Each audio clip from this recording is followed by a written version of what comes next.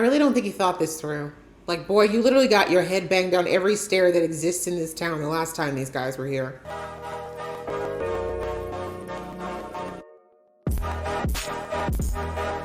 Hey guys, it's your girl Aisha, aka Geek XX Chic, and we're back with another reaction to The Wheel of Time. We're now on to episode 5, which is crazy. I feel like I just started this the other day, but we did get 3 episodes at once, so here we are. Anyhow, that episode is called Damane,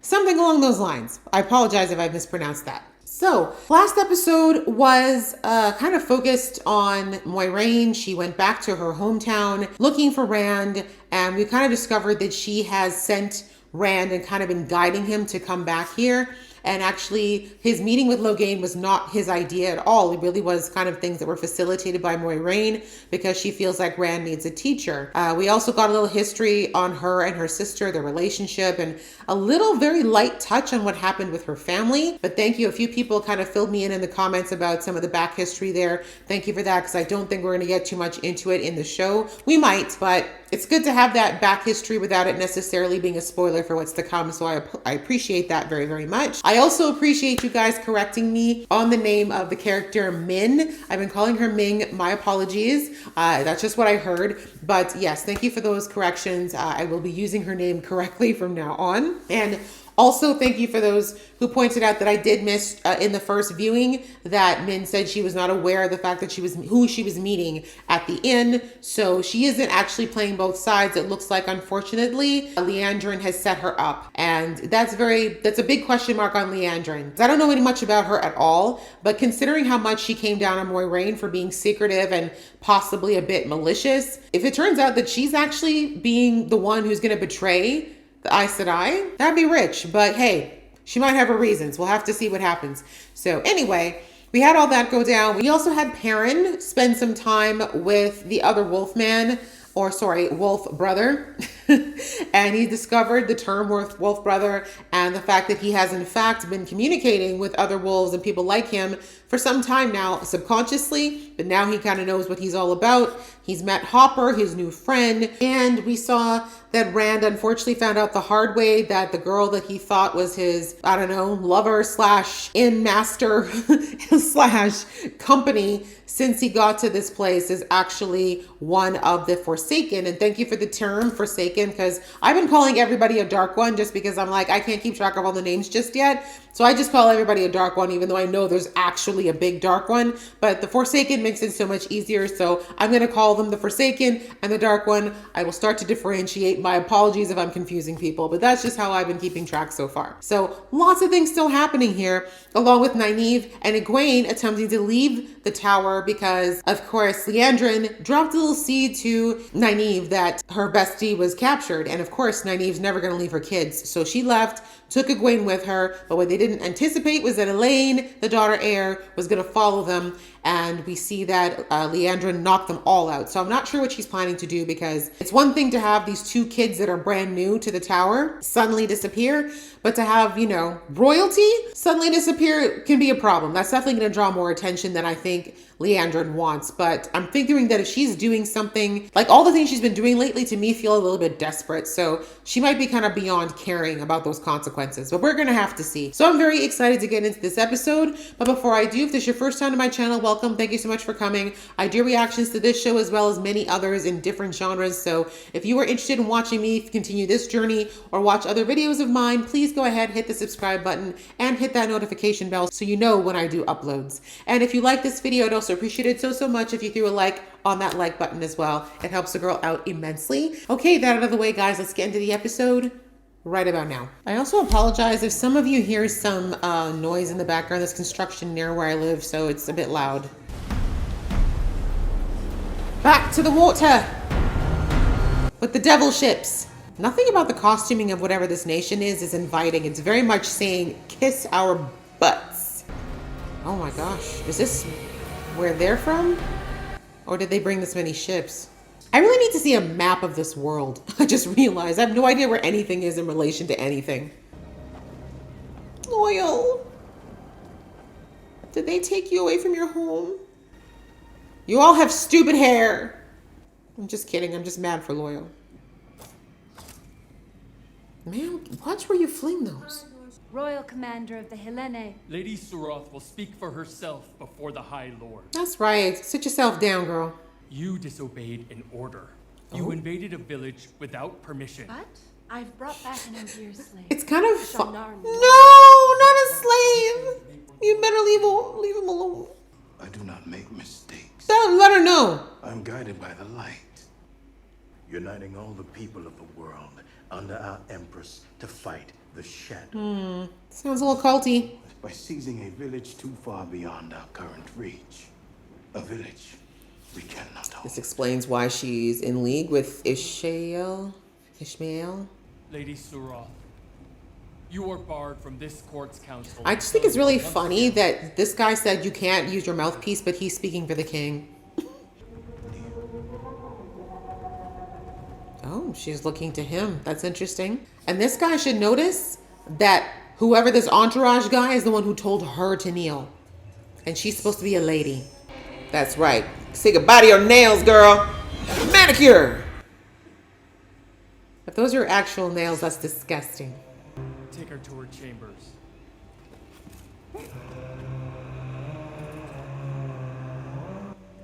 You can walk on your own? Good for you. Think about it. Her hands will feel so much lighter. She can actually scratch her face again. I gotta think that wiping is gonna be a lot less painful. I know you're a collector of ancient things.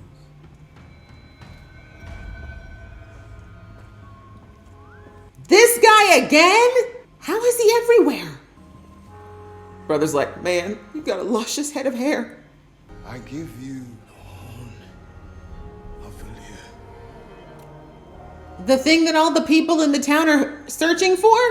Huh. Well, that hunt's going on forever. That man looks so... He reminds me of Anthony Mackie. He looks like he's always up to something shady. You just opening it so willy-nilly? You should be careful, sir. They're spending way too much time opening this box. I don't like it. With this, the whole world will be ours. If you believe so. Do we all have to grow our 2 nails like that, though? Because, again, myself, this is as long as I go. And this is barely functional, kids. Barely. But I don't like this whole loyal being a slave thing. Nuh-uh. Nuh-uh. Nuh-uh. Y'all, I'm not... He better get out. Someone better get him. That's all I gotta say. Killed her! That wound will barely slow her down. Keep... So he stops and looks back. Rand, you're killing me. Well, welcome back, I guess. Don't you hate those mornings when you wake up and your throat be slit and you're like, man, it's kind of itchy.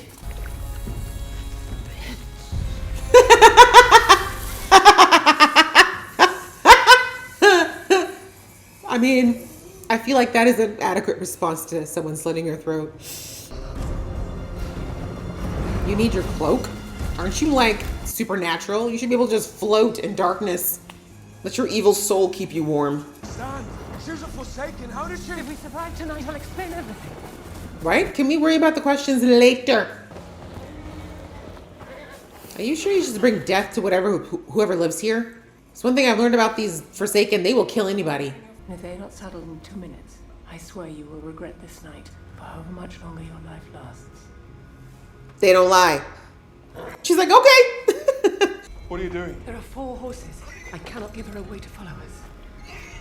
No! What is it with these shows and horses? Why? The horse did nothing to you. I was gonna say you could just wound it, but that wouldn't even work because once you wound a horse, you have to kill it anyway. This is horrible. Moiraine, I'll forgive you eventually, but this hurts. Gonna eat it? She is. Great. Good evening, my lady. Do you need help? Oh, you're gonna regret that. What happened to your horse? See what happens? You see what happens when you mess with young ladies, sir? Some of your age should have known. There is nothing for you to be talking about with a woman that age. You should have turned your horse around and headed home to your wife. Oh my God. Please, no more night shoots. My eyes. Will they change like yours? Permanently? In time. Oh. Man eyes can't pick out deer in tall grass. Can't see cliffs ahead at night. Useless. Like everything else we're born with. God damn. Excuse me. I happen to like my brown eyes. I'm never alone. Yeah, he's got my little animal friend. Now neither are you. We're not following the caravan. We're going the opposite way. You lied to me. Better than being dead. Or a slave. Oh, like my friend. They're not your pack. Oh, Neither are the he humans. said what he said. Actually, they are. Neither was your wife. You've crossed the line, sir. You don't know anything about my pack. Oh, maybe you don't roll up on him quite yet. Let's just calm down. Every time to take a breath. Belly rubs all around. Let's calm down. You can't run from what you are, boy. Yeah, but can't he be what he is and also have friends, sir? I mean, you talk about that woman was not his pack. I mean, I really don't think you can be creating a mate with any of these dogs. And if you are, that is your business. But not everyone wants to go that way. No, stop hurting the horse. Really, I'm thinking Moiraine should have done more to her if she knew that was just going to be a flesh wound. I knew. Somehow I knew you'd be back. Thank you. I'm a star of the show. You did not defeat the Dark One at the Eye of the World. No, not even close. You set his strongest lieutenant free. And now Aiel is loose and he has released Lanfear. And the rest of them. They're coming. Well, then we have no hope of winning the last battle.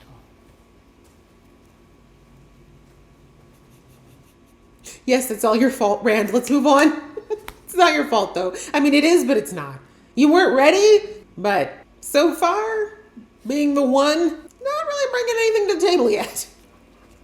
Hey, Hopper's like, wait for me, friend. I was gonna take your side in that fight, I swear. I was gonna have your back.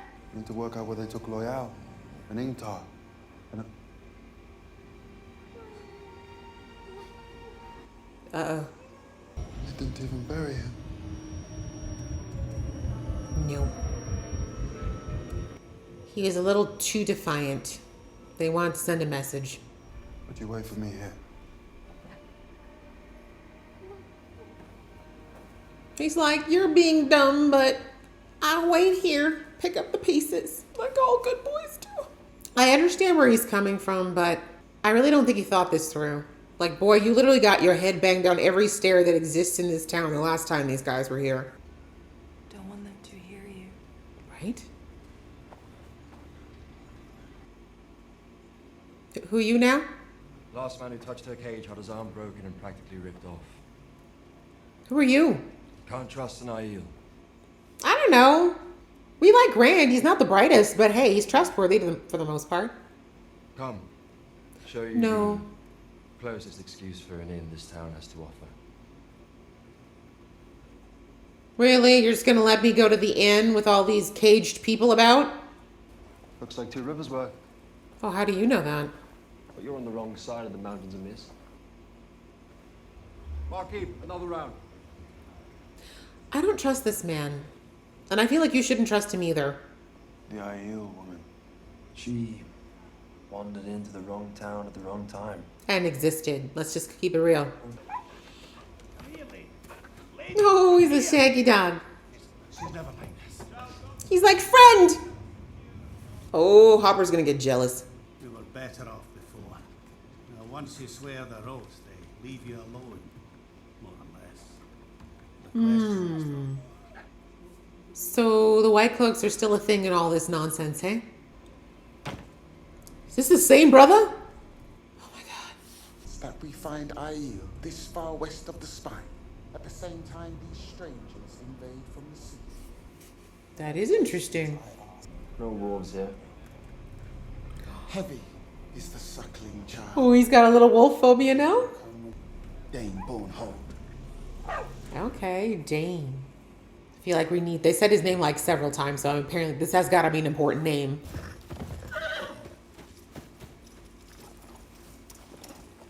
Oh, she's going to kill that woman, isn't she? Or find a way to make her tell the truth. She's more ruthless than I imagined, using you as bait. Well, eventually they'll have to sleep, won't they? Will they? And I'll have them. She's like, great. Can I go home? I'll not tell nobody you were looking for them. Oh, I know you will. Yeah, you're gone.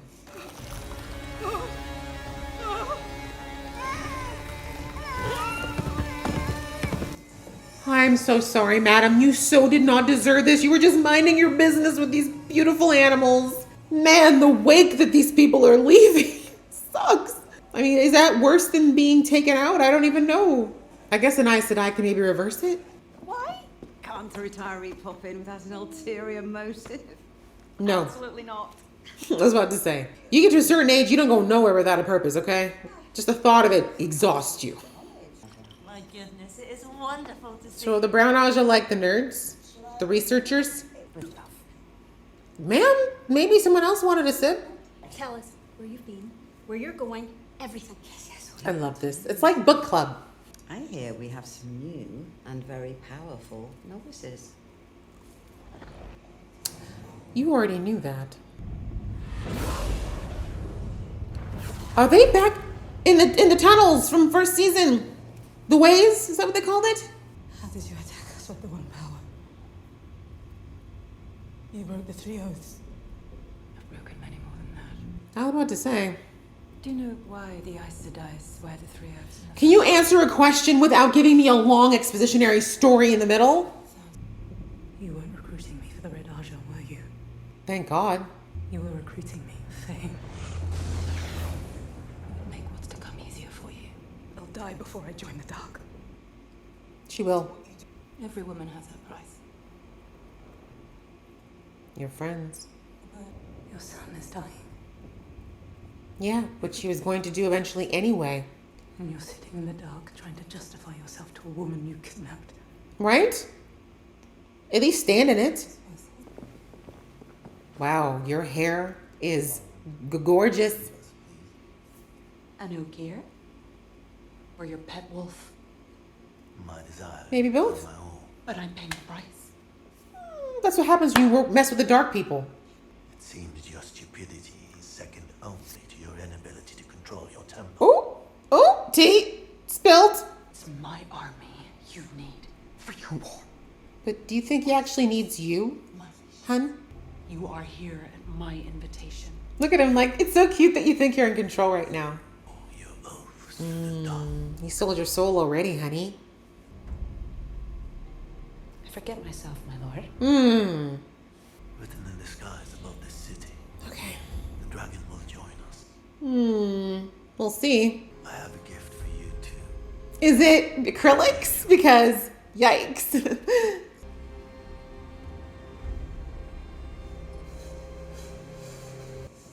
You know how interesting that move was? I know it was little, but that gesture of her trying to take her hand back, which is like a semblance of control, and him holding it and then letting it go when he was ready. Very interesting body language. Go let her out. Go let her out. Come on, you know you're not going to let her leave hanging. They're going to leave her hanging literally like that. Oh my God, could that cage be smaller? Whose knees? One wetlander puts me in a cage. Another takes me out. Why do you help me? Do I have to have a reason? People shouldn't be in cages. True. Oh, the stretch you would need. At least 2 downward dogs. My name is Aviendha. Of the 9 Valley Sept of the Ta'adat Aiel. Awesome. That's awesome.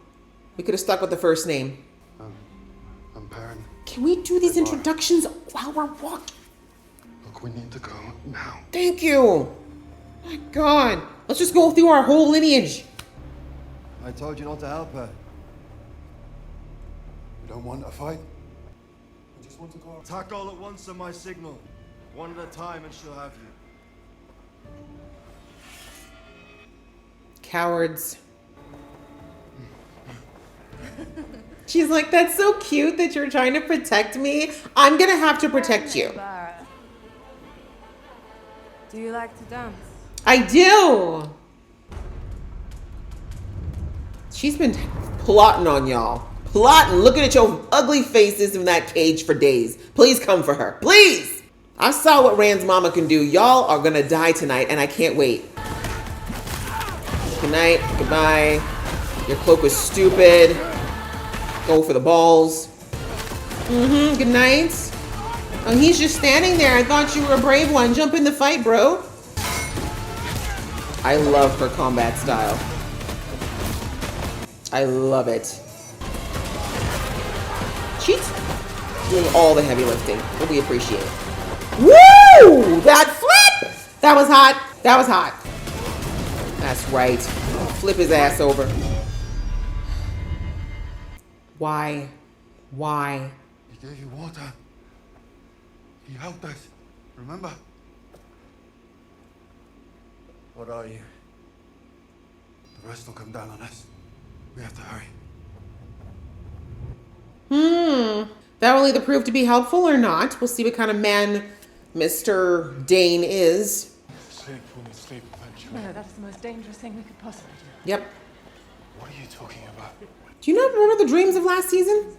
And the moment you fall asleep, she will have you. As she You can said. keep us awake with one power. Oh, honey, this is awkward. Do they have coffee in this world? Monster energy drinks? No? But your nephew's with her. Uh-oh. I think you were as high as this table last time I saw you. Well, they do look almost exactly the same. If somewhat bedraggled. Oh! I mean, funny, but geez. You must be my aunt's warder. Let's go with that. I'm Barthane's Thaladred, and this is my... We've met. He's like, why do things get so tense in here? We were just eating cake. We have a whole stable of the very best. A gift from the Queen. Yes, so proud of you, but we must go. It's a happy match, I hope. The name Damane is held in high esteem. Yes, yes. That is happiness enough. Of course. We love it. Great for you. Trying to save the world. Are the horses on the way? Fresh clothes for him before we leave. Yes, of course. We'll find him something fitting from my wardrobe. Do they look remotely the same size? Should I say my liege? He's like, no, but I'm serious. I want you to say that in the future. But wouldn't you just be a king consort, though? No need to stand on my behalf. But you should. I was hoping to have a word with two of the girls in your care. Egwene Alvia. About that. Almira. They're likely busy doing their chores. Wow, y'all really don't keep track of nothing in this place, huh? Is it possible they may have left Tower Ground? Is it possible that you were too busy reading your books and beating girls for whatever reason you think you have to and not notice that 3 students disappeared? Okay. A visit to Elaine's home in Caitlin. Lies. The 3 was signed out just the other day. Actually, no, I shouldn't say that. That's probably what Leandrin probably put that in. I don't know how it slipped my mind, frankly. Because it wasn't there. That's an extravagant office. I like this. Teamwork is dreamwork, baby. Let's see if it actually says that in there or if she lied. But they're not supposed to be allowed to lie, though, right? Now, this is where my eidetic memory comes in handy. Photographic memory. There's a slight tremor in the notation. Show me. But here, it looks as if her hand was moving more slowly. Like, you know, you're trying to forge. Do you think it might look like this if a weave of compulsion was being used? Compulsion? That would explain a tremor. That would break the 3 oaths. Yeah, well, she's doing that lately. It would mean that someone in the tower has sworn to the dark that Black Aisha really exists. Black Aisha? Because I was going to swear to the Black Aisha, you know, because... And now I can't? Oh, hello. Wherever this is, let me go there. Palm trees. Sign me up. Hope you're proud of yourself, Leandrin. And I hope your son hates you. I had expected our master to meet me himself. Our master has more important things to do than Yeah, you're not even important. Oh, that's right. What do you do to these women is an Oh, shut up. We're not here to have you dare preach to us about practices right now. We respect the one power so much we don't believe that anyone should wield it by accident of birth. Unlike some people who do terrible things with theirs. Our master's needs will change with time. And all Marath Damane will be leashed eventually. Yeah, including yourself. Perhaps I will be the one to place the collar around your lovely throat. If you last that long.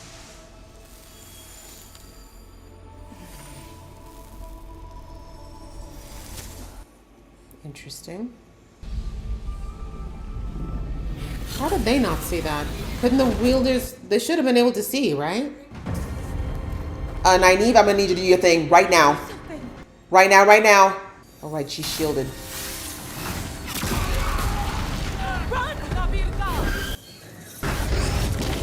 Okay, yes, Egwene, let them know. I may be a novice, but not in power. They don't even know where they are right now. Are you guys used to this humid climate and them thick ass dresses? Where we at? Wait, where's Egwene? Where's Egwene?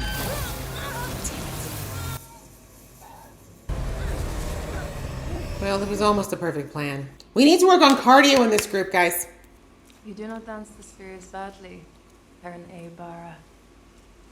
Thank you. I'm more of a sledgehammer guy myself. I'm searching for the Karakarn, What's that? our chief of chiefs. Okay. He and A have a name? She have a name? Where you go, Wetlander. What you just said. I have Toe. Toe? Explain. You saved my life. My water is Oh, okay. So it's like a life-death thing. Gotcha. It is not a lover, Wetlander. Right, she's like, calm down. Oh, I would not be opposed. Oh, okay. I mean, you got a vine or whatever. You might need a wash, but look at her. I will not attack you in a fit of lust. That's fair. So, If you were Daniel Henney, though, all bets were off. Where are we? Where we have camels?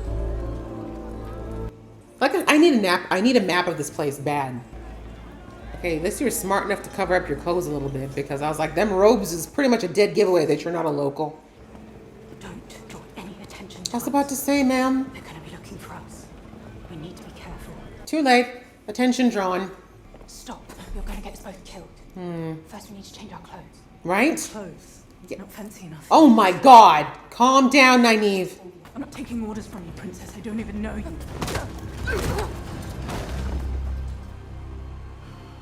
Damn it. Brother, please don't make me hate you. Is your incredibly long and dry history done already? She's on to you, girl. Bring back some white asparagus, if you'd like some. No, thank In you. the village, you can only procure them there and only at this time of year. Yes. Covering your tracks nicely. Except I'm already see through you. They've gone to a name day ceremony in Canaan. I'd heard on the road back that a royal envoy... Oh, had you? Really? You're just a terrible actress, Leandrin, truly. We must talk to the keeper immediately.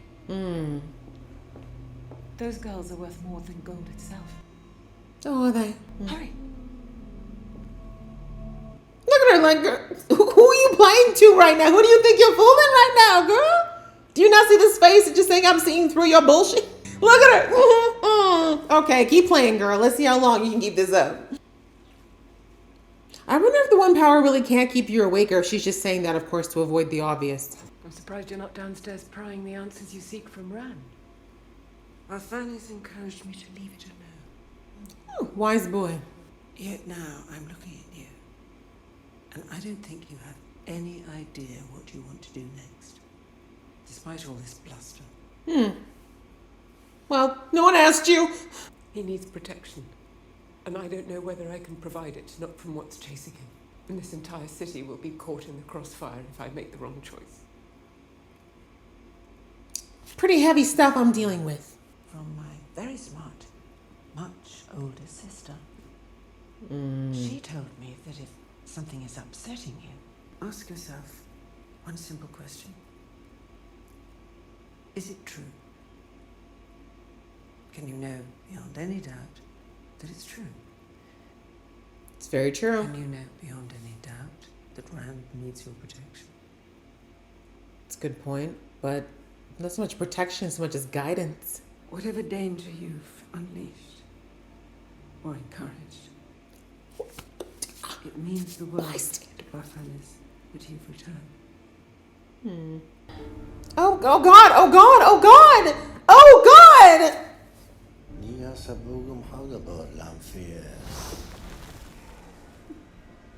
God, that was creepy. I feel violated. I'm not even him. To the future. After our great Lord's victory. I always figure it's always makes me fun, like makes me laugh about these things is that like y'all are supposed to be so powerful, yet you still be calling somebody else your great leader. Surprised you let her live in the first place. A dead Aes Sedai is useless. Desperation opens the mind to more interesting choices. She's not wrong. You're not wrong about that. Aren't you worried I'll betray you? Oh, please do. Please do. Someone needs to. Will you? Would she admit that? Obviously. Only one of us is half kidding right now, right? You and I know what you want. You are way too much in people's personal space, bro. How does the current dragon measure up to his predecessor? Oh, so she was in love with the first dragon. And what about the girls? But one craves power, and the other one fears it. And the boy? On that was born one. And Perrin will soon be more wolf than man. Okay. How do they know about... How does he know more about these guys than anyone else? What do you think Rand will do when he sees his friends are all lost? I mean, what else can he do? He will break. Really? I just saw that Aiel just take out a lot of people. I think you're underestimating his Aiel blood. Where is it that you're from? Hell. 7th circle. Second room to the left. You've moved quickly in our society. And? My lord, my eyes are too low to see such things. Oh, yes. Play the part. Only our empress, in her court of the 9 moons, can see and know the omens for what they are. Play that part. You've earned my notice. Oh, yeah, because you're a simple man. You may ask one thing of me. Beard oil. Okay, well, whoever knocked you out, at least they didn't bind you, so that's a good sign. Welcome to our home. Forcefully. Primal of the Yellow Aja. She saw your cloaks. And my warder found you just in time. Oh! In those Do you dresses. have any idea what these Shonchan do to women who can channel? Do we have to find out? Just walking around with your bald head. That's probably why she wants me to always kneel in front of her, because that way they can't see that, you know, the bad haircut. From here, it just looks like, you know, strong jawline. I get it. Naughty Queen. She was a novice. Oh, I thought they shaved her head. Say she has more power than any Damane we've seen in a very... Damane, that's what you guys call him. Okay.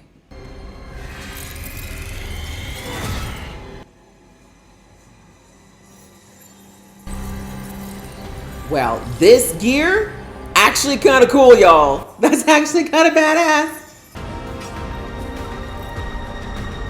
Wow, like a dog. Oh, get your lick back, Egwene. Burn this place to hell. You said I can't sleep with Shufan. Yes. She will.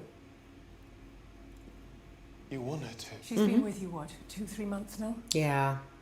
What does she want? I don't know. Conversations, Rand. If Think. you'd asked me a few days ago, I would have said she wanted me. Knock, knock. Speak with me. There you go. But every single one that mentions Lanfear agrees that she loved the Dragon Reborn. And that he loved her before he met his wife. So that's why she went crazy. Broke her heart. Men causing all the problems. You want me to pretend to be in love with a Forsaken? Lanfear is working. I mean, didn't you say you loved her just the last episode? Whatever she is, I don't think everything between us was a lie. There you go. Like, actually use Little Rand for something useful this time, please. Other than self-gratification. Please. Please. Lullaby and good night. Go to sleep, little Randy. Jesus, that was quick. Oh! Jeez, what happened to the nice soft bed of the other dream realm? This is harsh. That's the way she wants you. Remember how she was tying you up and you were all about it yesterday, huh? Tell her, Rand. Damn, she was waiting for you. She was like, I know his ass gotta sleep soon. He's gotta sleep soon. Rand looked pretty amped up though. I don't even think he wanted to sleep. Woo, child, we got a lot in this episode. We went from 0 to 60 real quick. Like, not that the other episodes have been slow, but I feel like the pacing was a little bit more expositionary. This episode was like, oh girl, we just gonna move things along. We stepping on the gas. So hold on to your pearls, because here we go. Wow. So much went down for pretty much everybody. And I feel like the only person who's kind of in a good spot at the moment is Perrin. And not even, because, okay, we're going to get into it, but we're going to do it character by character because that's the only way I can kind of keep track of all the stuff that went down in this episode. All right, since I mentioned Perrin, let's just jump into him and his current journey. So basically, he discovered that his wolf brother was not telling the truth about where he was taking him. He thought that he was taking him towards where the captives were, when really he was taking him in the opposite direction. And of course, he thinks it's for his own good. And he says once again to Perrin that the people that got captured are not his pack.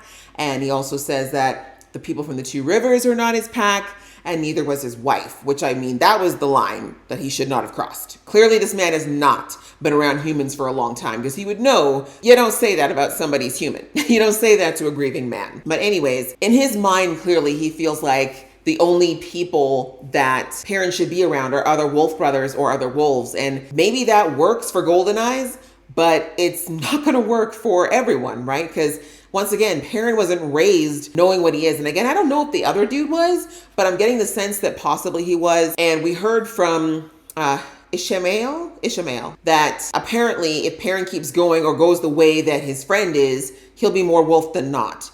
So I'm seeing that now, because now looking at his friend, bro pretty much only deals with humans, I guess, probably only on a need-to basis, right? The way he talks is very gruff. The sentences are getting shorter. Like, it just kind of gives me the impression that he doesn't do humans much, and he's becoming more and more and more in tune with the animal side and less in tune with the man side.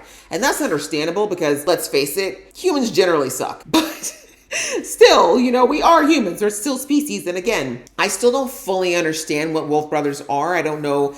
You know, we heard that they don't shapeshift, but they clearly have a real connection with wolves. I don't know if that's just wolves or all animals, but there is something there. So this idea, I can see that if they do share kind of like a consciousness, I guess you can say, with these animals, I could see how one could get sucked into the simplicity of an animal's thinking over the complexity and the uncertainty and all the craziness that happens in human thinking. Like I can definitely see the draw. And especially if it's something that you know more of or you trust more, how you can lean into it. And I feel like his friend there, and I'm sorry, I keep forgetting his name, but it sounds to me like he kind of gave up on humanity a long time ago, and he just feels like we trust people like us and we trust the wolves. We don't trust anybody else.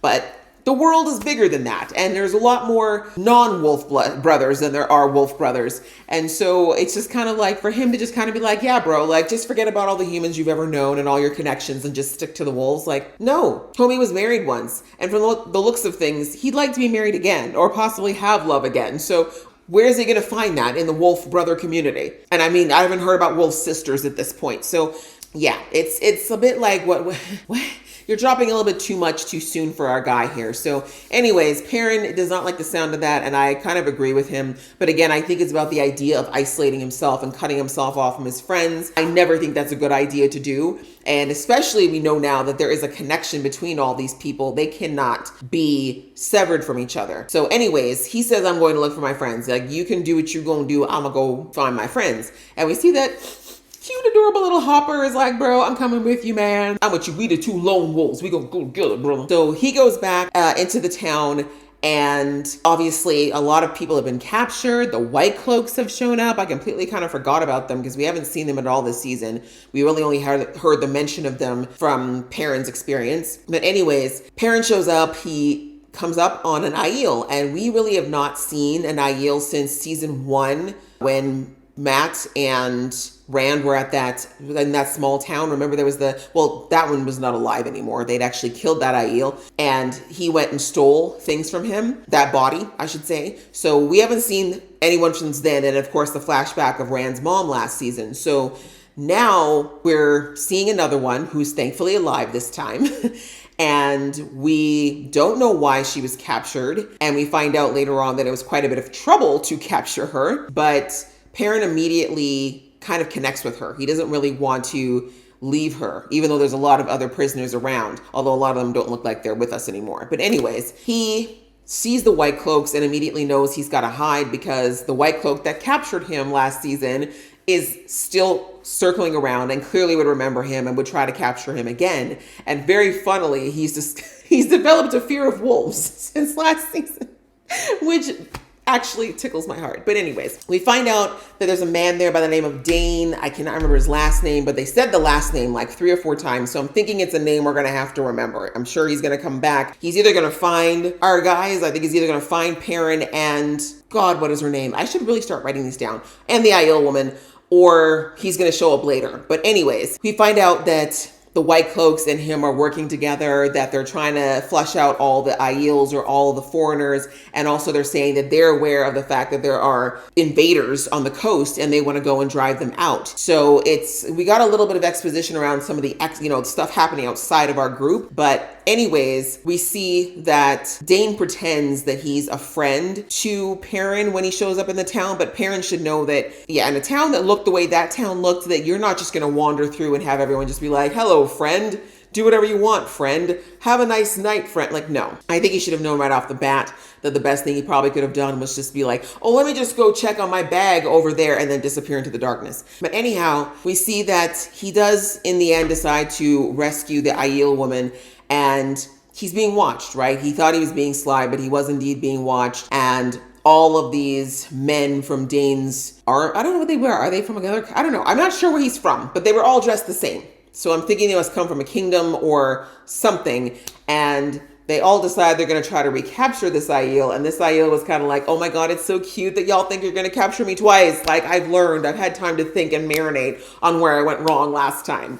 So she basically, and again, she's not alone this time either, right? She's got Perrin. Hence when she asks him, do you like to dance? Because we're going to have to take all these mofos out. So she absolutely kills it. I love the fight choreography style they gave her. It's like like she said, it is like a dance. It's also a bit acrobatic, almost parkour-y. And it's got a bit of just very acrobatic, I guess is the best way to put it. She did a lot of dislocations and breaking. And I love any time they choreograph fighting for the person who's doing it, right? Because too many times you'll see shows where like this woman, like the actress who played this woman, she's not that big. Like I'm looking at her, she looks to me like she's probably about 5'6". She's very slender. There's no way she's gonna be rocket punching guys in the face and knocking them. Like that's just not possible with someone of her size. But her being able to jump, flip her entire body, use her entire body weight and momentum to throw people around, dislocating shoulders, arms, kicking people in the face, use like her fighting style. It kind of gave me a little bit of capoeira. But anyways, it made me believe that she could do that against a bunch of grown men wearing armor, right? Like give me something believable. So I'm glad that they did that and they kept that in mind. And again, it just shows she's a badass and that most of these Aiel women must be insane. It makes me wonder what the men can do. But anyway, so between her and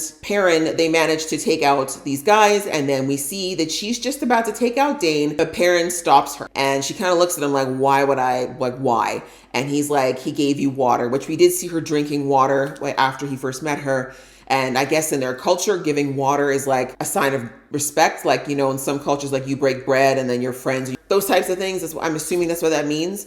So anyway, so he's just like, we can't, like, let him go. Let's go. Like, we'll just leave. More of them are coming. It's not worth it to kill him kind of thing. And I think that Perrin did that because truthfully, dude could have given him up to the White Cloaks and he didn't. Right. And again, he didn't really seem to want to hurt either of them so much as keep her captured. So I don't know. We don't know why Perrin shows mercy in that moment. But like I said, I have a feeling it's going to come back to not haunt him, but I think it's going to come back in a good way for him at some point. So we'll see what happens where that goes. So they leave and they're making camp. And basically he asks, what your name is. And then he's like, well, where are you going? Like, how did you end up there? And she said that basically she's looking for the chief of chiefs in her nation. So she gave a name, which I can't remember. And I don't know who that is, but I wouldn't be surprised if that's somehow also Rand. He's the only other Aiel that we know right now. So she's saying she's out searching for him, and things happened. And so he was like, okay, well, where are you going to go next then if you're on your search? And she's like, well, I'm going where you're going because you saved my life and basically I owe you a debt. And he's like, huh? And they have a really cute moment there. They actually have cute chemistry, so I wouldn't be mad at it. Like she said, she wouldn't be opposed to it. I wouldn't be opposed to it neither. My man needs to kind of move forward from the whole wife thing at some point. So, if he moves on with her, I wouldn't be mad, is all I'm saying. But anyhow, so they're now going to be a pair for the foreseeable future, I suppose, but I'm not mad at it. I'm liking that he's not alone again, since for now it looks like him and his wolf brother are going to be on opposite ends, but they're clearly not agreeing on the whole rescuing his friend situation. So if he is in fact going to try to go to Falm, I think it was, he's going to need all the help he can get. And an Aiel might be his best bet. So that was Perrin for the most part. We'll see what happens with that. And as far as the eyes, we also learned from him learned about him that eventually his eyes are going to turn golden all the time. That's what his wolf brother said. He's like, eventually they'll stay gold. So I guess that goes in line with what Ishmael said about how he'll be more wolf, but we'll see. I'm going to come back to that in a minute. So anyways, that's another thing we learned. So, and we noticed now when he was fighting, he was able to turn it on. So I think he's getting better at knowing how to turn it on himself versus it being involuntary. Moving on to, let's keep it short, I guess, in this case. With the girls, we see that Egwene, Nynaeve, and Elaine all wake up and they are in the ways, which we have not seen since last season as well. And Liandrin decides to only talk to Nynaeve, which I get because we've seen over the last couple of episodes that she seems to feel a bond with Nynaeve. And she explains basically like, you're shielded, you can't use your power, so don't try. And she basically is like, she clearly feels guilty. Okay, like I went hard in the paint for Liandrin in the episode, but I understand that she clearly does feel guilt over what she's doing because, like I said, I think she genuinely likes Nynaeve. I think if she didn't like it, if this had happened when the girls first arrived or before she first met Nynaeve, she probably would have felt no which way about it. But she actually has really developed a real respect for Nynaeve, and she's not liking what she's having to do, but she explains that the reason that she decided to break her oaths and swear to the Dark One is because the Dark One has promised her some way to save her son. But this actually explains why in the last episode when she was talking to Nynaeve, she was saying that the biggest downfall of being Aes Sedai is that you have to watch the people you love die over and over again. And we hear Nynaeve saying, I'm never going to swear to him. Like, there's no way I'm going to the dark. And Liandrin's response is, everyone has their price. And again, she's justifying. And I love that Nynaeve called her out. And I think that's why Liandrin likes her, despite the fact that she didn't want to hear it right now.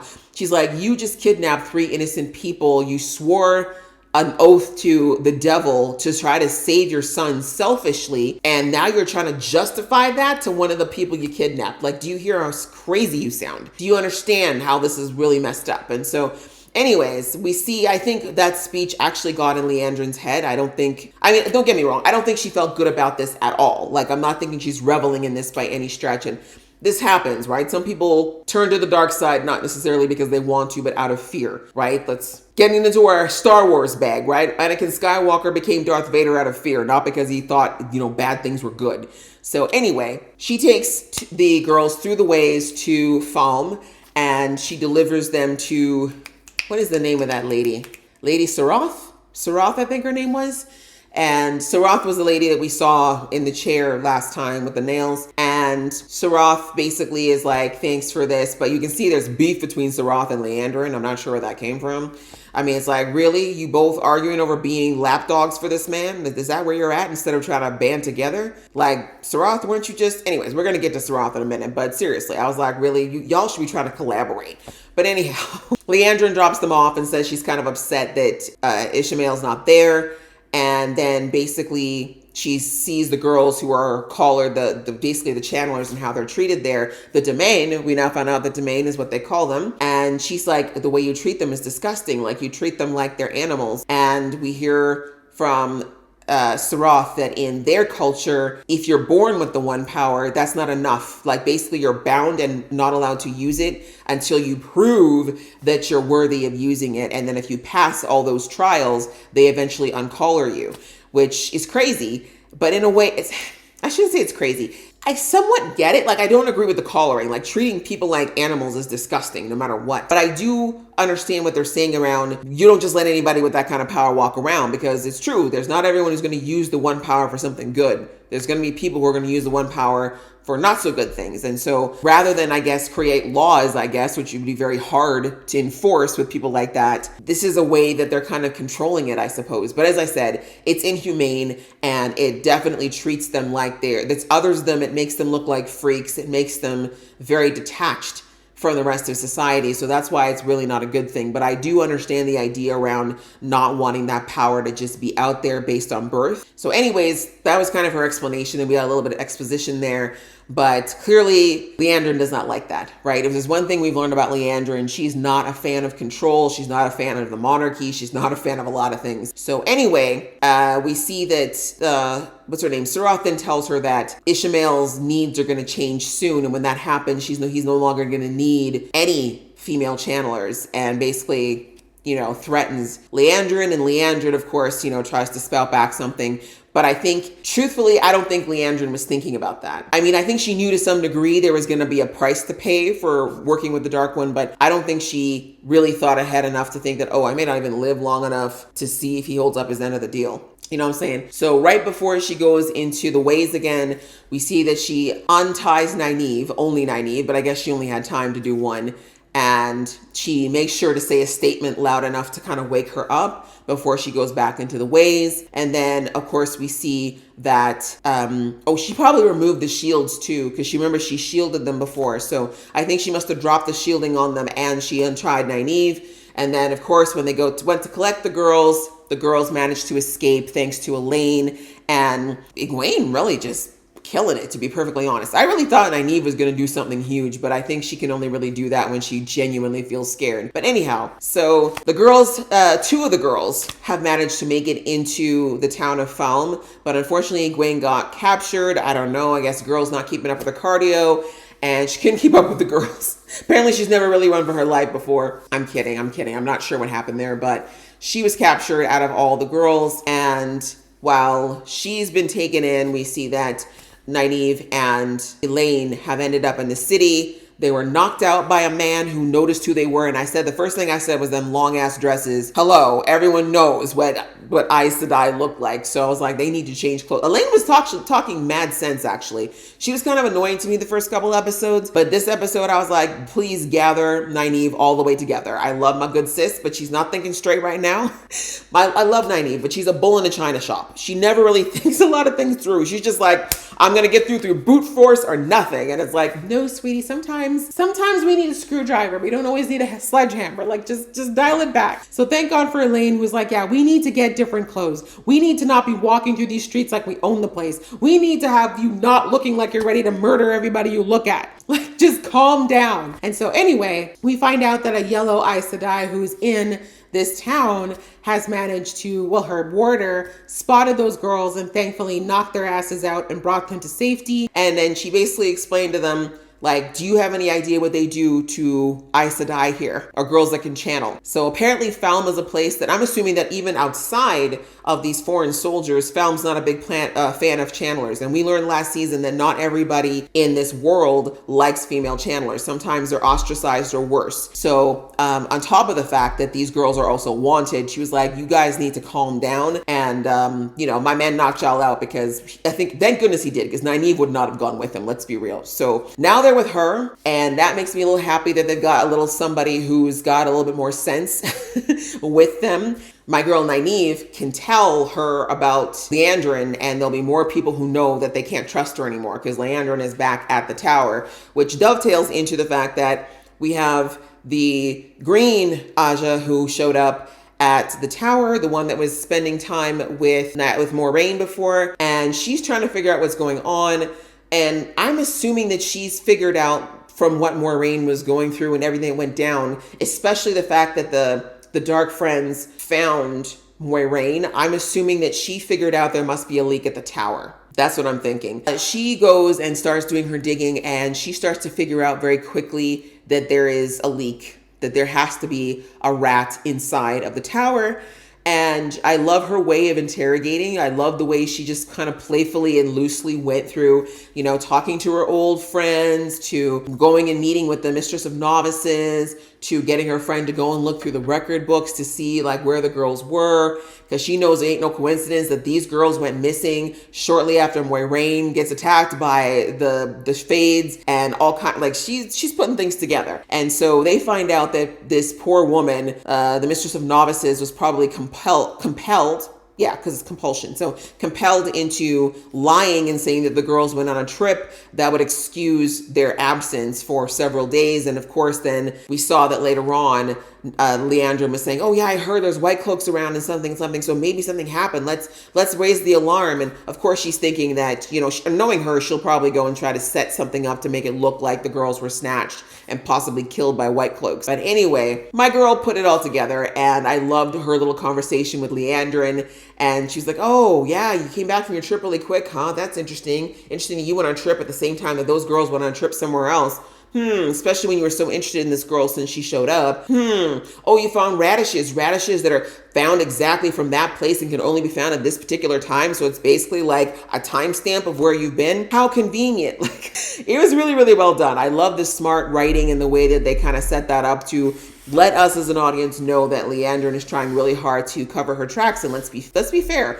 If it was anybody but this Green Aja lady, they probably would buy it because it seems pretty airtight. But she clearly knows that Liandrin is lying. And she also knows that somebody has sworn to the Dark One in the tower. So I think she's already put 2 and 2 together. But I don't think she's going to blow Leandrin's cover just yet, because the best thing you can do in a situation like this is figure out how deep does it go? Is she the only one? Does she have other allies in the tower? Who is, where is she working? Where is she meeting with them? What's the plans? You get my point. So I feel like we're going to have a little bit of a spy game going on in the tower with her and Liandrin going forward. But I like that. I like that someone's on to Leandrin's tea, and we'll see where that goes. Because like I said, Liandrin setting the girls free at the last minute, it sounds to me like she might be having a little bit of regret over her decision, which is a good thing. But will it be enough for her to actually do something to reverse what she's done? And I don't know if she can. I don't know if deals with the Dark One means that you can't go back on them without consequences. I gotta think that you can't, because otherwise, what's the incentive to keep the promise, right? So that was all the stuff at the tower. It was quite a bit. And like I said, 0 to 60 very quickly. We have our girls now completely on a different side of the world than everybody else. And Matt is still God knows where. We did not see Matt at all this episode, actually. So that's interesting. Interesting note about Matt coming. I'll talk about Rand, but I'm going to come back to Rand. We had some information on Sarath. I mean, I'm assuming she's going to become a bigger character since we spent a whole episode, not a whole episode, but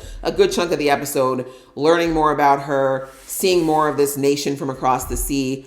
We see that this mission that she went on to go and take back that village was unsanctioned. She got disgraced. She's removed from the council. Her long, luxurious manicure was cut off, which I'm assuming is a shame for her. And she was really upset about it. But basically, Ishamael was like, don't forget the fact that you made a deal with me. Like, you wanted to ascend the ranks and be the queen of this little puddle that you're on. Well, it comes with a cost, which means you're going to have to do as I say when I tell you to do it. So she didn't like that too much, but again, she made a deal. And the fact that, like, when he said, didn't you swear yourself to the Dark One to get this power? As soon as he said that, you notice the wind kind of came out of her sails and she went back to my lording him. So like I said, I feel like there's definitely a penalty to breaking a pact with the Dark Lord. So that's pretty much it for Sarath. We just know that she's got her eye on the high seat, that whatever that dude was, the bald dude that we saw who got the horn that everyone's searching for back where Moiraine is. But yeah, she wants his seat. So that was her motivation for making her pact with Ishamael. Then we had a little bit more of a focus on Ishamael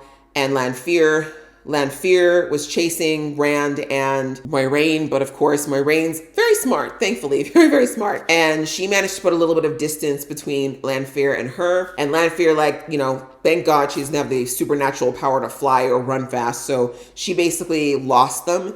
But she's like, I can't get to them easily, I guess, with them being around a lot of people. I'm assuming she doesn't want to make a big deal out of herself because she does have limits, right? Even though she brought herself back from that very mortal injury, I feel like if enough people came at her and basically cut her into pieces, she wouldn't be able to come back from that. So, and we find out that she's essentially what I'm going to call a dream walker.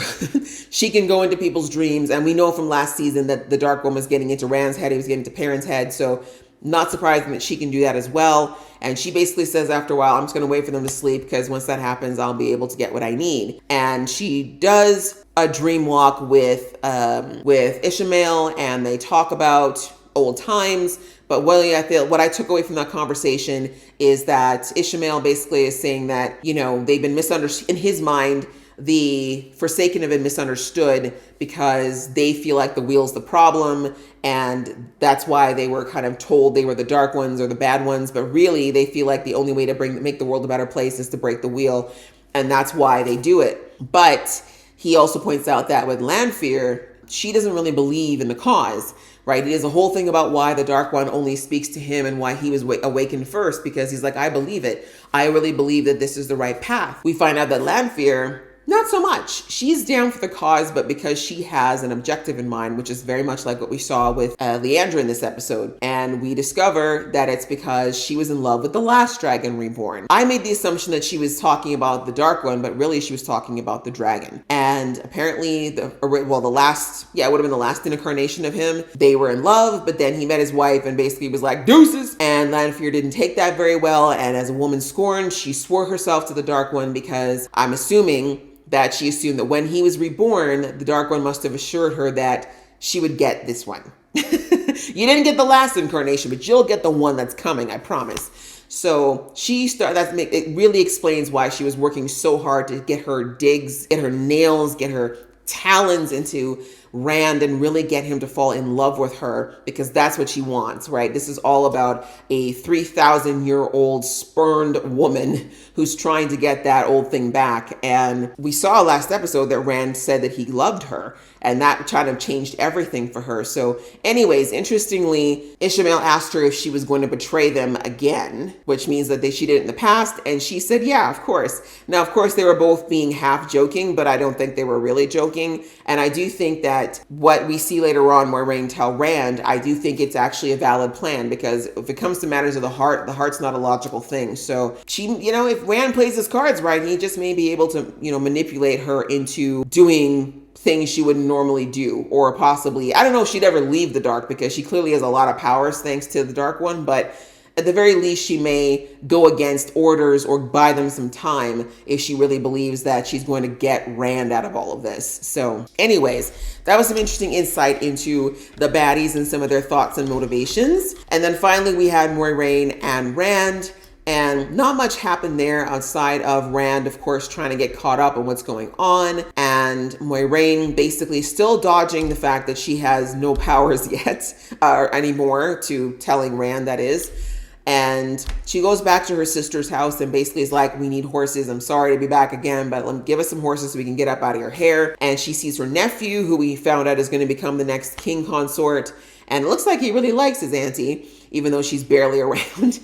And anyways, her sister and Moiraine and her sister end up having a conversation later on after she barks out her orders. And her sister has a really telling conversation where she's like, I know you, even though you don't think I do. And she's like, your whole life that I've known you, you've always been very sure-footed about what you want and where you want to go. And this is the first time I've ever seen you question yourself. And it's weird, basically. And Moiraine doesn't answer her, but she knows that unfortunately her sister has hit the nail on the head. And this is because Moiraine has never had to operate without her powers. So she's had to rethink the way she does things entirely. And her sister does a really, really good speech where she says, if you are freaking out about something or something is scaring you, you should ask yourself, is it true? Is it really true what you're believing? And can you prove without any doubt that it's true? And that's such good advice about how we create fear in our head and how it can just spin into something that's so much larger than the reality. Anyways, Moiraine she needed that little pep talk from herself in the past. And later on, she finally figures out that rather than try to outrun this woman, which would take forever, maybe she needs to stand her ground and fight in a different way. And that's when she gives Rand the idea of playing along with this whole being in love with Lanfear in order to possibly get them, at least get her manipulated, or to a point where they can manipulate her. And so we'll see how that goes, because now she's planning to stay at her sister's house, which her sister didn't want, because she also told her sister, by the way, I might have brought a whole lot of death and destruction to your doorstep. Sorry. But hey, if a sister isn't nice to die, that's just a risk you got to take, right? So yeah, I really like that. And that just reminded me as well when I was saying that she's got to think differently. That brings me back to the other thing that Ishmael said, right? We heard some prophetic stuff about our group from him very quickly as well. He said the reason he left Moiraine alive rather than just killing her was that he said an Aes Sedai without powers has got to think differently. And I'm very curious to see what kind of ideas come out of that, which I'm not sure why he'd want to see what kind of creativity came out of her when she's working against him. But it looks to me like Ishmael really likes to kind of play around with his food, if you know what I mean. Like he's not interested in the quick kill. He likes to watch the people squirm, right? So anyways, interesting about that. He said, Matt was born mine. Matt was born mine. What does that mean? What does that mean? So does that mean that Matt already has a destiny of darkness of some kind? Like I said since last season that I think that Matt's got some kind of connection to that knife. Clearly he does. Is that Ishmael's knife? Is that a family heirloom? Is Matt a descendant? What does mine mean? That means so many things. So scary, but I'm hoping that Matt can fight his destiny if that's the case. Don't do it, Matt. Don't do it. He said Perrin's going to be more wolf than man soon, which to me sounds like he thinks that Perrin's going to go the way of his wolf brother and just stop caring about the world and be more about running with wolves, dancing with wolves than trying to save the world. And then he said with the two girls, he just acquired them, but he said one is one craves power while the other one hides from it. So very interesting. I'm like, clearly the Dark One already had his eyes on these kids and knew about them. It's sad that the Aes Sedai are just starting to catch up, and mostly Moiraine at that point, at that. So yeah, that was scary to know that there's so much that he already knows and that there seems to be something prophetic about these kids. I would say the way he was talking like things were already set out for them. So I want to know more. I'm very curious as to how he knows that, or how much he believes he knows, and how much of it's actually going to come true. So anyways, back to Moiraine. Yeah, so now this is the game she's playing. She told Rand, hey, we're going to have to stand up and kind of try to fight this to a degree because land fear is going to come into our heads one way or another. We're going to have to sleep eventually. So let's try and play her game. And we ended the episode with Rand finally going to sleep and land fear putting him in some kinky ass positions in the middle of nowhere. So we'll see what goes down in the next episode, because up until now, Rand has not exactly been the most strategic of the group. So I'm wondering how well he can handle this, because even he was saying he's not sure if he can fake the funk as far as the whole relationship thing. But like he said, I think he has genuine feelings for her, so it won't be completely fake. But anyway, we'll see how well he does under pressure and he can actually carry this out, because he needs to do something. He's been doing a lot of running and a lot of hiding and a lot of sexing and not a lot of work. So it's time for him to put the work in, damn it. He needs to earn the right to me not slandering him every other episode. I joke, I kid. But yes, that was a fantastic episode. So much. Like, this commentary is super, super long, guys. I'm sorry about that, but there was a lot to cover because a lot went down in this hour. But it was great. They're definitely turning up the heat as we get into the second half of the season. And I'm very, very excited to see what happens next. I'm kind of sad we got to wait a whole week after they gave us 3 back-to-back. But anyhow, here we are. So I enjoyed this a lot, guys, and I hope you guys enjoyed watching along with me. If you did, please give this video a thumbs up, and we will see you in the next video.